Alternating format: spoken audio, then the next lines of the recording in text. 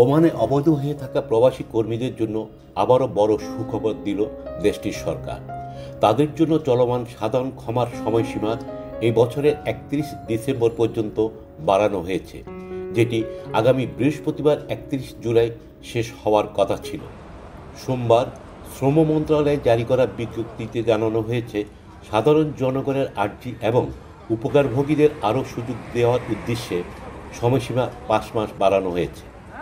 চলতি বছরের জানুয়ারিতে ঘোষিত সাধারণ ক্ষমার আওতায় জরিমানা ছাড়া ভিসা আকামা নবায়ন ও ব্লক বাতিল, কর্মী প্রত্যাবর্ষণ বা স্থানান্তরে নিয়োগকর্তার দায় অব্যাহতি সহ নানা সুবিধা দেওয়া হয়। নতুন ঘোষণা অনুযায়ী 31 ডিসেম্বর পর্যন্ত এই সুযোগ নিয়ে বৈধ হওয়া কিংবা দেশে ফিরে যেতে পারবেন প্রবাসী কর্মীরা। শ্রম মন্ত্রণালয় জানিয়েছে, এই শেষ সুযোগের লক্ষ্য হল যাতে বেশি সংখ্যক কর্মী ও নিয়োগকর্তা বৈধতা পেতে পারে। দেরি না করে এই শেষ সুযোগ কাজে লাগিয়ে দ্রুত ও নিয়ম অনুযায়ী বৈধ হওয়ার আহ্বান জানিয়েছে মন্ত্রণালয়। এদিকে বাংলাদেশ দূতাবাসের বিজ্ঞপ্তিতে জানানো হয়েছে, পাসপোর্ট নবায়ন, আউটপাস ইস্যুসহ বৈধ হতে আগ্রহী প্রবাসীদের প্রয়োজনীয় সব সহায়তা অগ্রাধিকার ভিত্তিতে দেওয়া হচ্ছে।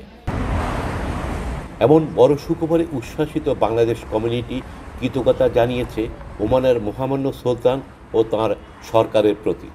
কমিউনিটি সংগঠকরা অবৈধ থাকা প্রবাসী বাংলাদেশিদের বাড়ানো সময়ের মধ্যে সুবর্ণ সুযোগ দ্রুত কাজে লাগানোর আহ্বান জানিয়েছেন।